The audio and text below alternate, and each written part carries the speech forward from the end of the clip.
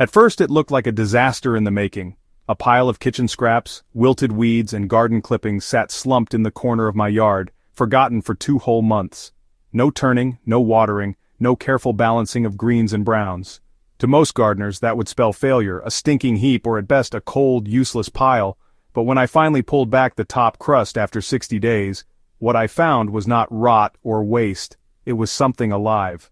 White fungal threads ran through the layers like veins of silver, worms coiled and wriggled through black crumbly earth, and the smell, deep, earthy, almost sweet, told me instantly that this wasn't just compost, it was humus, the foundation of fertile soil made with zero effort. And today I want to show you why leaving compost alone may actually unlock a richer, stronger soil food web than constant turning ever could. Why we're told to turn compost. Most gardening guides repeat the same advice. If you want good compost, you have to turn it. The reasoning makes sense. Turning introduces oxygen, which feeds aerobic bacteria that break materials down quickly. It prevents slimy anaerobic zones, and it can heat the pile fast enough to kill weed seeds and pathogens. But this obsession with speed hides a truth.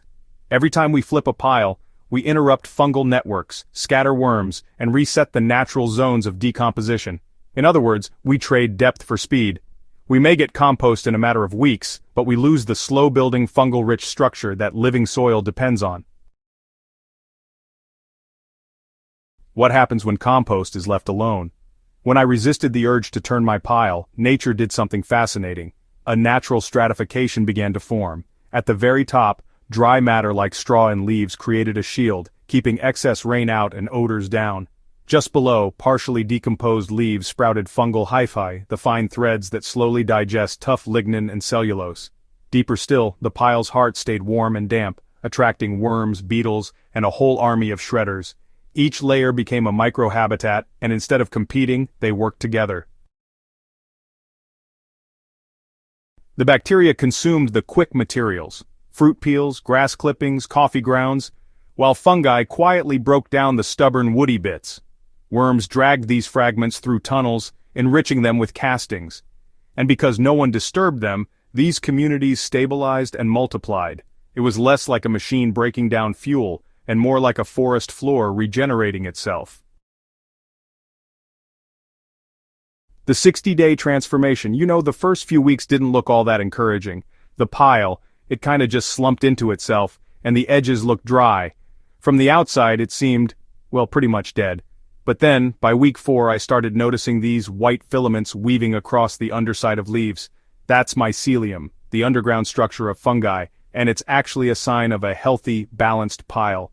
By week 6, when I lifted a section of the crust, the smell had changed from a sour rot to the unmistakable fragrance of living soil. On day 60 I dug into the bottom, and what came out really shocked me.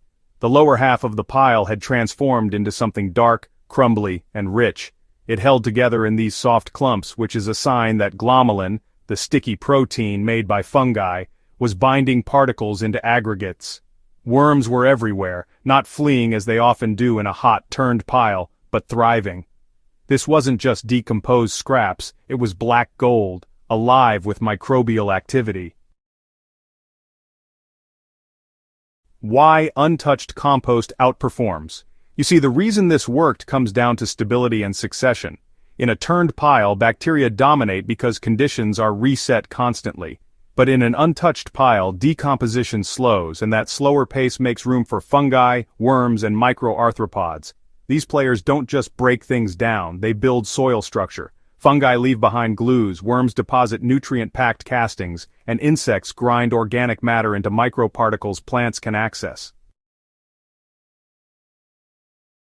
The result is compost that doesn't just feed plants quickly but continues to improve soil for months. It holds water during drought, drains better after rain, and encourages deep root growth. Where a fast pile is like giving plants a quick snack, an untouched pile is like serving them a balanced, sustaining meal. How to replicate this in your garden. The beauty of this approach is that it doesn't require perfect ratios or constant attention. All you need is mass and patience. Start with a mix of greens and browns, fruit peels, grass, leaves, weeds, straw, even cardboard, and pile it at least 3 feet high. That height matters because it insulates the center, keeping it moist and biologically active. Then step back. Don't stir, don't meddle. Let the top dry slightly. That's your protective skin. Over 60 days, the bottom will quietly transform into usable humus. When you harvest, don't be afraid of unevenness. The top may still be raw, but the base will be finished. Use that finished material in your beds and leave the rest to keep working. In time, you'll have a self-sustaining system, where new scraps go in at the top and mature compost is pulled from the bottom. The soil response. The first time I spread this untouched compost around my vegetables, the change was immediate. Plants that had been stunted in the heat began sending out vigorous new growth. The soil, once prone to drying and cracking, now stayed moist even after long days of sun. Digging and revealed tunnels lined with worm castings, and fine fungal threads clung to roots. What struck me most was resilience. Even during a week with no rain, the soil held water, and the plants didn't wilt. That's the gift of true humus. It stores resources and releases them slowly, exactly when roots need them. The bigger lesson. What this experiment taught me is that sometimes gardening isn't about control. It's about trust. Nature has been recycling organic matter into fertile soil for millions of years without a single human turning a pile. By stepping back, by letting the compost rest undisturbed, I wasn't being lazy. I was allowing the soil food web to do what it does best. We're often told to intervene, to speed things up, to manage every detail. But the richest soil doesn't come from management, it comes from balance.